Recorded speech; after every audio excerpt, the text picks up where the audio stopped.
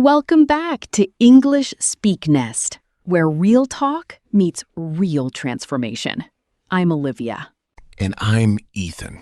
And honestly, buckle up, because this one is personal. Okay, Ethan, I just have to say, that intro, my hands are literally shaking right now. That was heavy. I know. I almost teared up reading it back. You? Tearing up? In front of me? Don't tell anyone. I have a reputation to maintain. Oh, please. Last week you cried at a dog commercial. That commercial was devastating, Olivia. That golden retriever waited for his owner for 8 years. 8 years! How am I supposed to be okay? Okay, fair. 8 years is a lot. Anyway, today's topic. Don't waste your life. It's loaded. Why did you pick this one? Like, of all the topics we've discussed, why now? Honestly, because something happened recently that I haven't been able to shake, and I want to share it on this episode. It's been sitting on my chest for weeks. Oh, wow. Okay, well, get comfortable, everyone. Grab your tea, grab your coffee, grab whatever it is you need. Because today is going to be different. Different in a good way. The kind of different that stays with you for a long, long time. So, Ethan, don't waste your life. Where do we even begin? Let's begin with a question. A scary one. Are you ready? Always. If you died tomorrow, would your life have meant something? Not to the world, not to your boss, not to your followers, to you. Oof. Because here's the thing, Olivia. Most people aren't afraid of dying. They're afraid of dying without ever really living. And there's a massive difference. Yeah, there is. Living and being alive are not the same thing. You can breathe for 90 years and never truly live. And you can live more in a single, fully present afternoon than most people live in a decade. That's such a powerful distinction.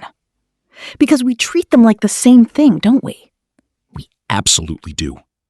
We confuse activity with purpose. We confuse busyness with meaning. We confuse comfort with happiness. Okay, so let me ask you this. What does it mean to waste a life? Like, what does that actually look like day to day? Great question. I've been thinking about this a lot. And I think there are 4 big ways people waste their lives without realizing it. Okay, walk me through them. Number 1, living someone else's dream. You're working a job your parents wanted you to have. You're marrying someone because your friends approved.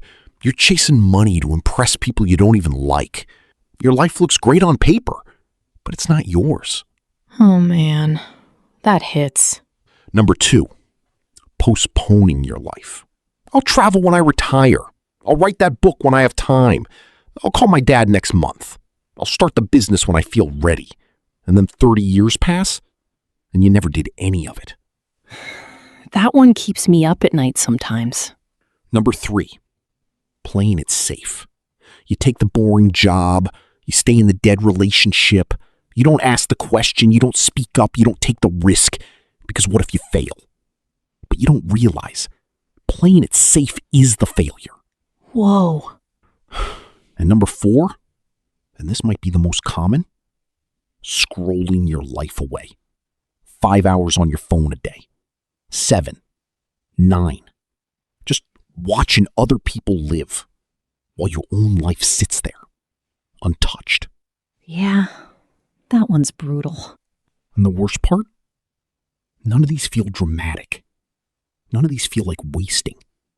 They feel normal. They feel like adulthood. They feel like just life. But add them up over 40, 50, 60 years, and it's a tragedy. Okay, you said you had something on your chest. What was it? My uncle passed away 3 weeks ago. Oh no, Ethan. I'm so sorry. You didn't tell me. I haven't told a lot of people. I've been processing. His name was Uncle Ray. And he was the funniest man I ever knew. Loud, big personality. Could make a room of strangers feel like family in 5 minutes. He sounds amazing. He was. But, Olivia, here's the thing. Uncle Ray spent his entire life saying one day, oh no, one day he was going to learn how to play guitar. One day he was going to take my aunt to Italy. She'd been dreaming about it for 30 years. One day he was going to write his memoir. One day he was going to fix things with his estranged son. And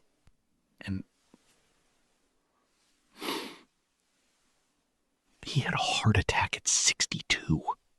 Just gone. In an instant. And when we were going through his stuff, we found this notebook. A whole notebook of dreams, plans, bucket list items. Some of them dated back to 1987. oh, Ethan. And he hadn't done any of them. Not one. Not the guitar, not Italy, not the memoir, not the call to his son. That's heartbreaking. And his son, my cousin, was at the funeral. Standing by the casket, holding that notebook. And he just said, he was waiting. He was always waiting. For what?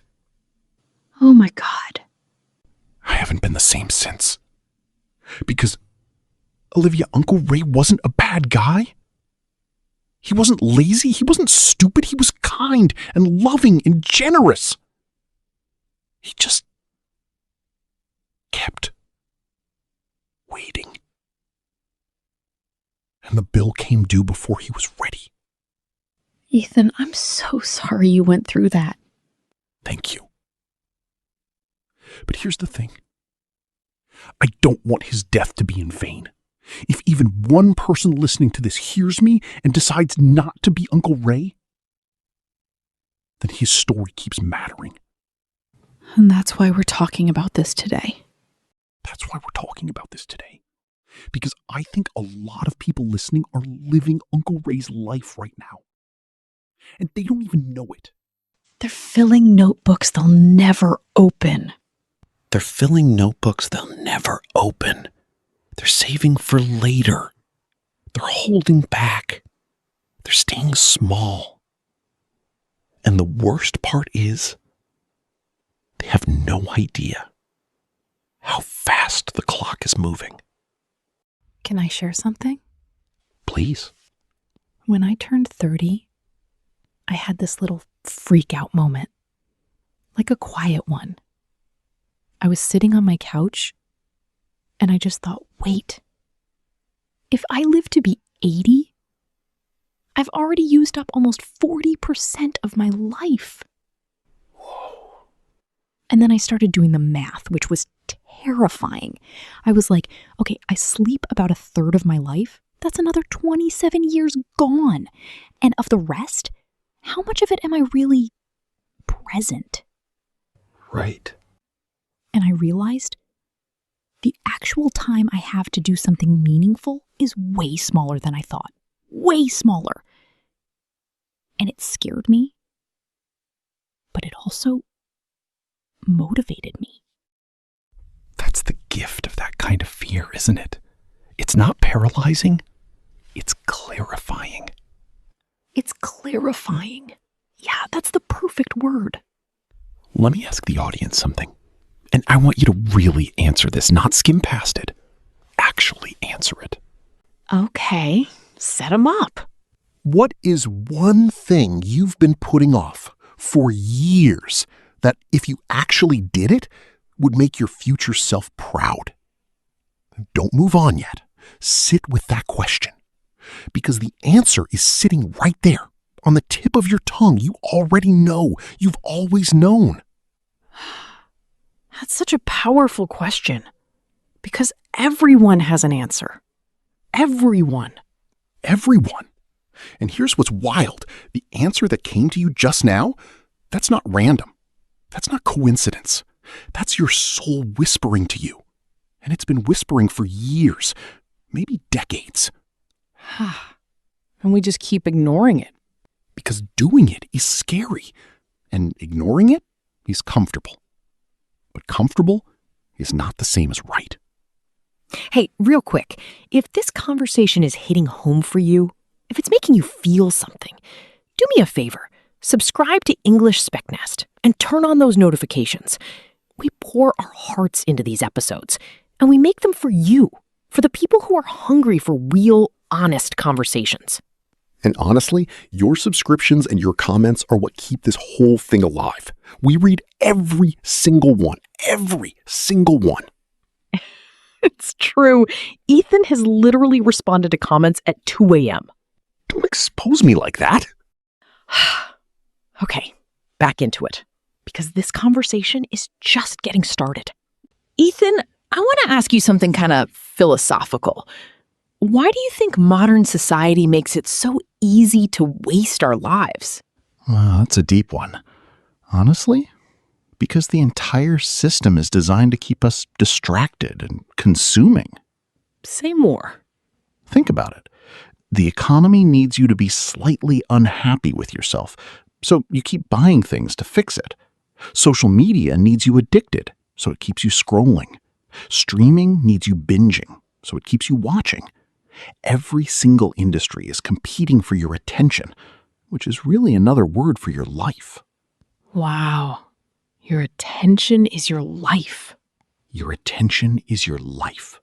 Where your attention goes, your life goes. And if your attention is constantly being hijacked, your life is being hijacked. That's terrifying. And the wildest part is, we willingly hand it over. Nobody's forcing us. We pick up the phone. We open the app. We start the show. We say yes to the thing we don't want to do. We give our lives away, one tiny click at a time. A death by 1,000 notifications. A death by 1,000 notifications.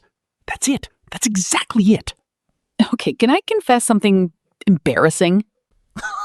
Always. That's why we're here. Last week, I picked up my phone to check the time, just the time.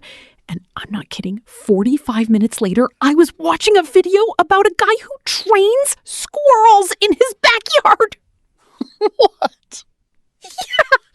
And I have no idea how I got there. I don't even like squirrels. That's so on brand for the modern world. We just disappear into rabbit holes we didn't choose.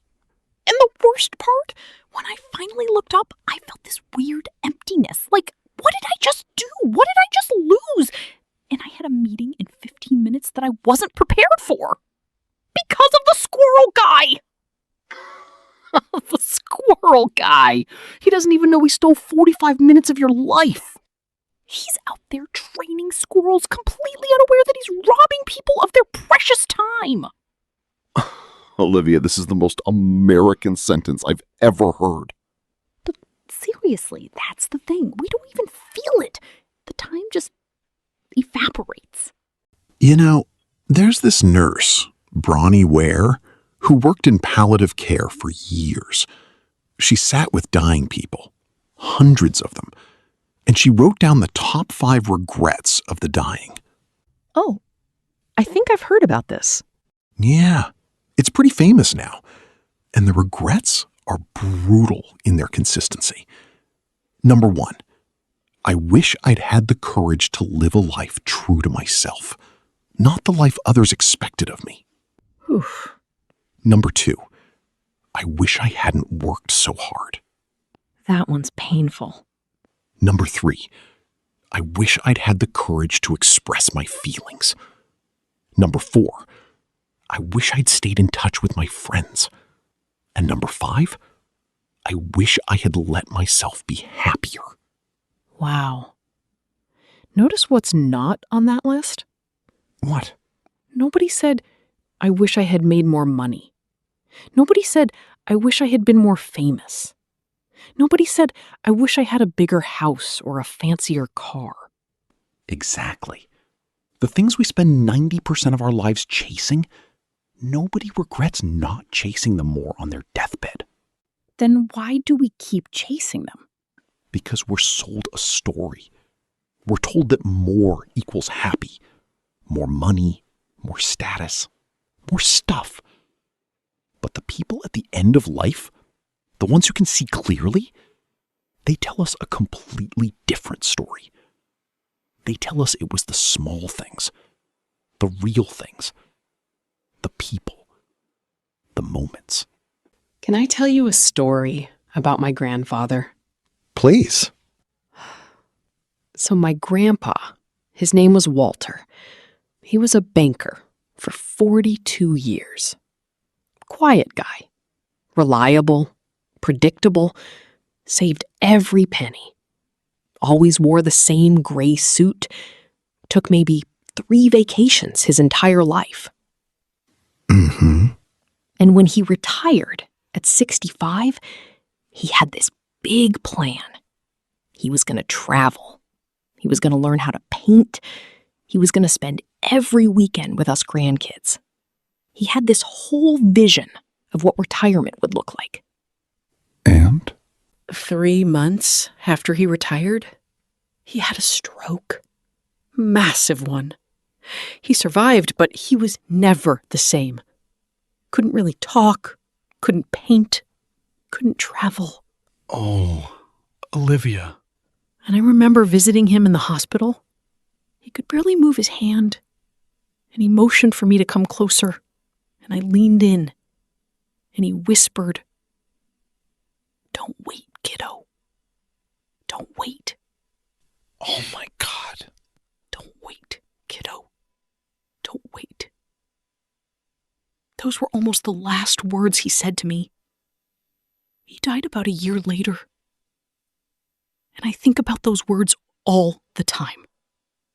Like, all the time. Of course you do. Because he had done everything right by society's rules. He saved. He worked hard. He delayed gratification. He was responsible. And the universe didn't reward him for it.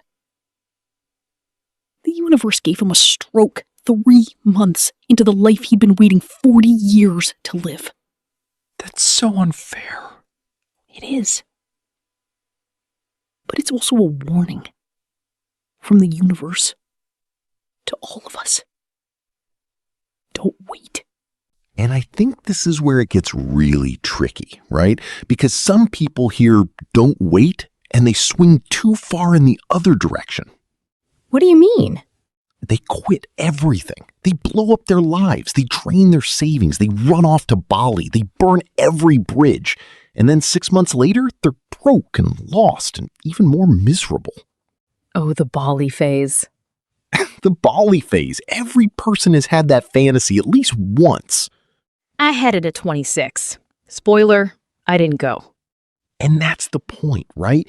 Don't waste your life doesn't mean be reckless. It means be intentional. Ooh, that's a good distinction. You don't have to quit your job tomorrow. You don't have to fly to Tibet. You don't have to do anything drastic. You just have to ask yourself, am I living or am I just existing? And if the answer is just existing, start making small course corrections. Like what? Like call the friend you keep meaning to call. Take the trip you've been putting off, even if it's just to the next state. Sign up for the class. Write the first page. Have the hard conversation. Forgive the person. Apologize to the person. Do the thing. Do the thing. Okay. I want to share something I've started doing recently. It's helped me a lot. Tell me. It's a question I ask myself anytime I'm avoiding something. I literally stop and I say, what would I do if I knew I only had 1 year left? Whoa. Just 1 year. Not a depressing thing, not a morbid thing, just a clarifying thing.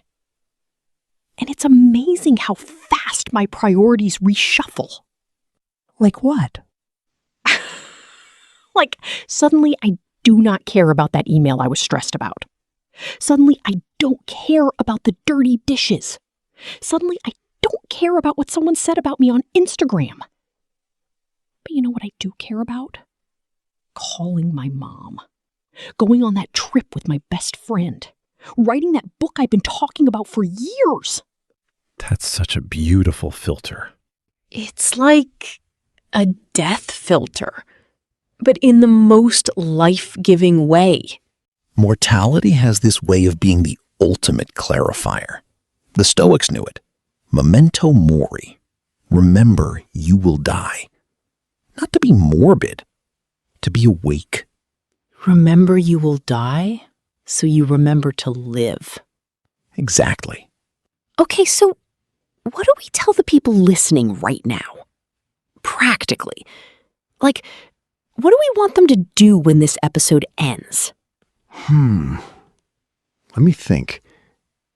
I think there are 5 things. 5 really simple, really powerful things. Okay, I'm taking notes. Number 1, make a do not delay list. Not a bucket list. A bucket list feels distant. A do not delay list is now. Write down 5 things you've been putting off and pick one to do this week. This week. This week. Not someday, not eventually. Pick one. Do it. Cross it off. Then pick another. That's how you stop being Uncle Ray. That's how you stop being Uncle Ray. Number 2, audit your time, not your money. Most people obsess over how they spend their dollars, but your time is infinitely more valuable. So this week, just track it. For 1 week, write down where every hour goes. You'll be horrified. I tried this once. I was so embarrassed. Right? It's like, wait, I spent 13 hours on TikTok last week, but only 45 minutes with my kids? Yeah, that wakes you up real fast. Number 3, say no more often. Every yes to something is a no to something else. If you keep saying yes to things that don't matter, you're saying no to the things that do. Number 4, build something that outlives you. It doesn't have to be a company. It doesn't have to be a book. It can be raising kids who feel deeply loved. It can be planting a garden. It can be mentoring one person. Just leave a fingerprint. Leave a fingerprint. And number 5, and this might be the most important, be present. Stop missing your own life. Put the phone down at dinner. Look people in the eye. Listen, actually. Notice the small things. Notice the sunset. Notice your kids laugh. Notice the way coffee smells in the morning. Notice. Because that is the life. The noticing. The noticing is the life. Can I share something kind of personal? Of course. There was a few years back, where I was just going through the motions. I'd wake up, I'd work, I'd eat, I'd scroll, I'd sleep, repeat, for months. And one night, my dad called me out of the blue, and he was like, "How are you doing, kid?" And I gave my usual answer. "I'm great, Dad. Busy, but great." And there was this long pause on the other end, And? and he said, "Liv, you've used the word busy every time we've talked for 6 months, but you've never used the word happy. Are you okay?" Oh, wow. And I just started bawling, right there on the phone. Because he was right. I was busy. I was so busy.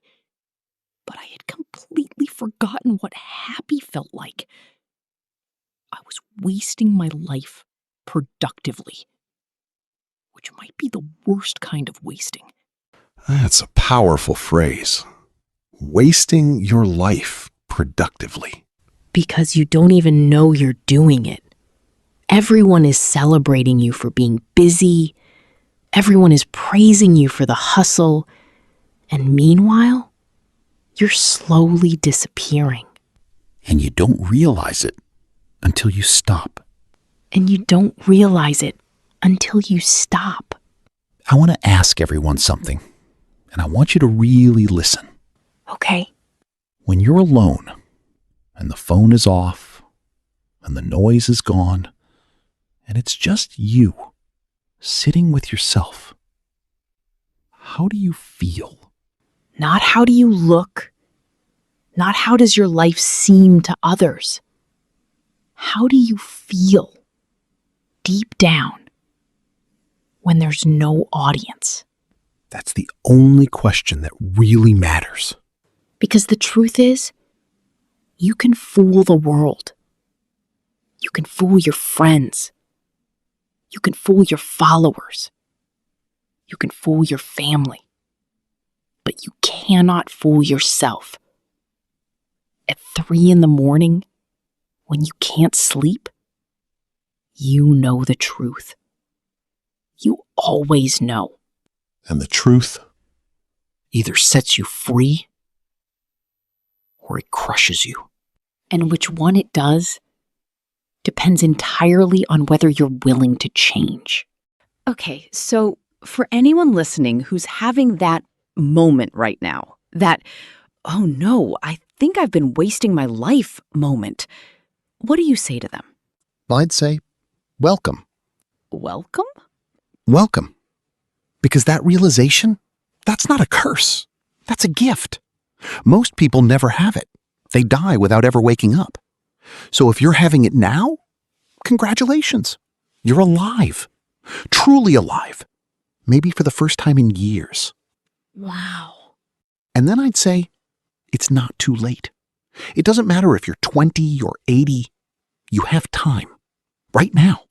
This moment. This breath. This second. And that's enough to start. This breath, this second. Because here's the truth. Nobody gets to rewind. Nobody.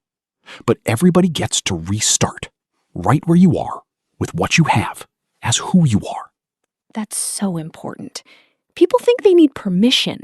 They need a new year. They need a new month. They need a Monday. They need a clean slate. They don't. They need a decision. That's it. One decision, made right now, with shaking hands and a beating heart. That's a life changer. You know what I love? Late bloomers. There's something so inspiring about people who started over at 60, 70, even 80. Oh, I love this. Let's talk about them.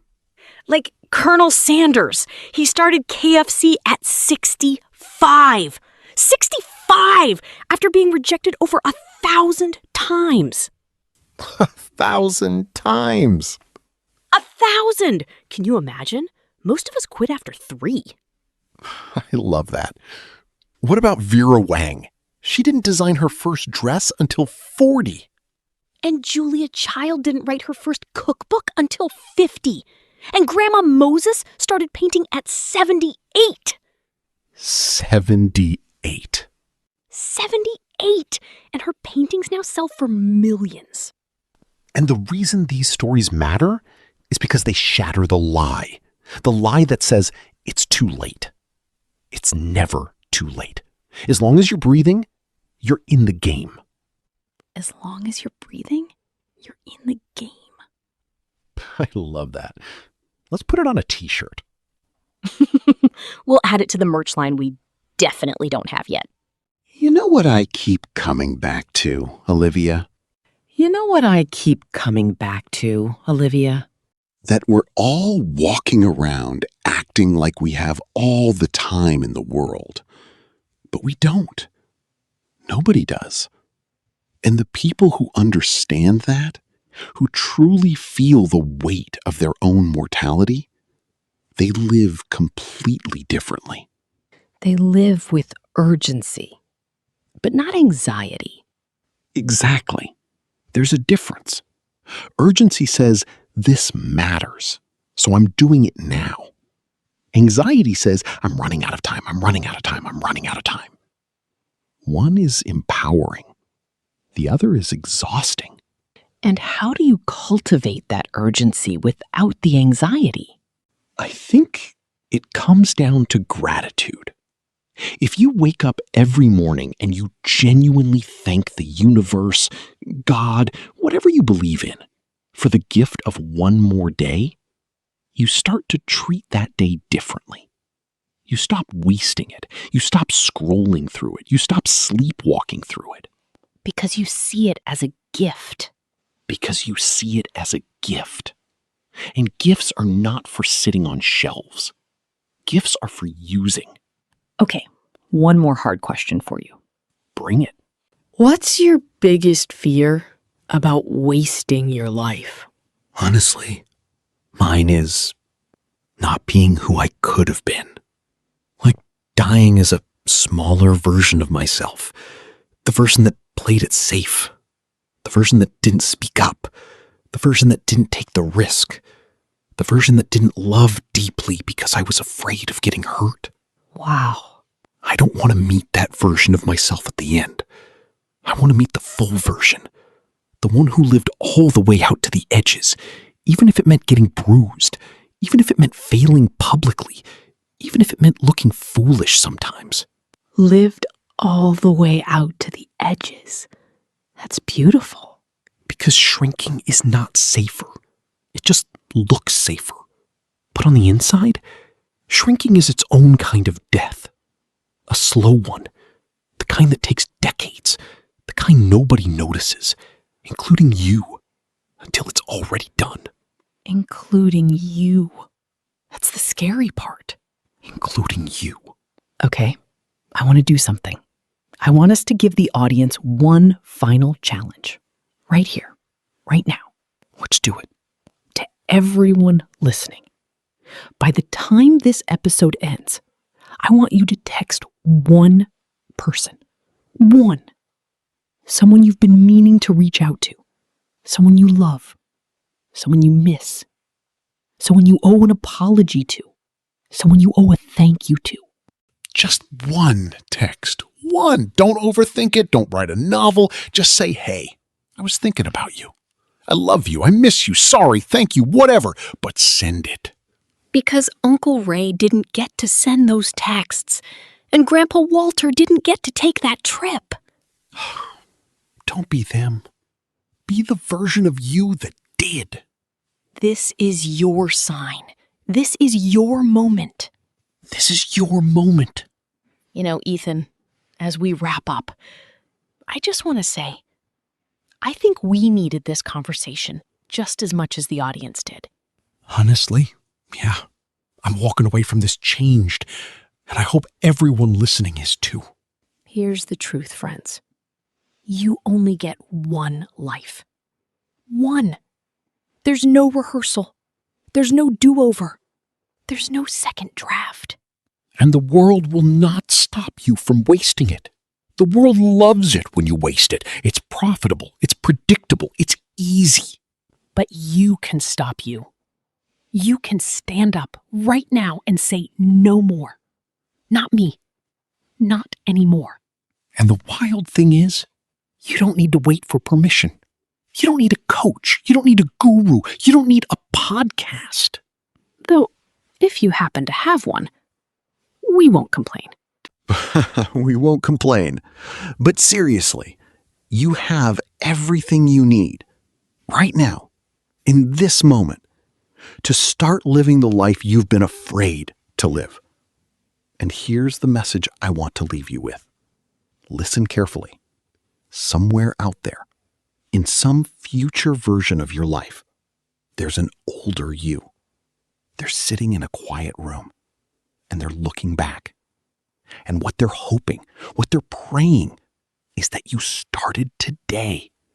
That you stopped waiting, that you stopped shrinking, that you stopped pretending you had forever. Because they know. Because they know. They know how fast it goes. They know how precious every day is. They know how much you're capable of.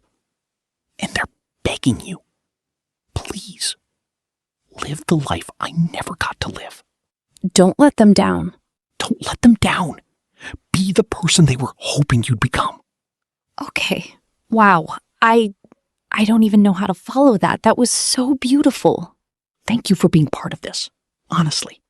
To everyone listening, thank you for trusting us with your time, with your heart, with your attention. We don't take it for granted. Not for a second. And we want to hear from you. Down in the comments, tell us, what's the one thing you've been putting off? Or what did this episode wake up in you? Or who are you texting today because of this conversation? We genuinely read everything, and we'll be down there with you. And if this episode hit you, if it moved you, even a little, share it. Send it to that friend who keeps saying one day. Send it to your sibling. Send it to your parent. Send it to the person you love. It might be exactly what they need right now. And if you're new to the channel, welcome. Hit that subscribe button. Turn on those notifications. Become part of the English Spec Nest family. We've got so many more real, raw, honest conversations coming your way. Conversations about real life, real growth, real transformation. And to Uncle Ray and Grandpa Walter, wherever you are, this one was for you. This one was for you. Until next time, friends, be brave, be present, be alive. And don't wait. Whatever it is, don't wait.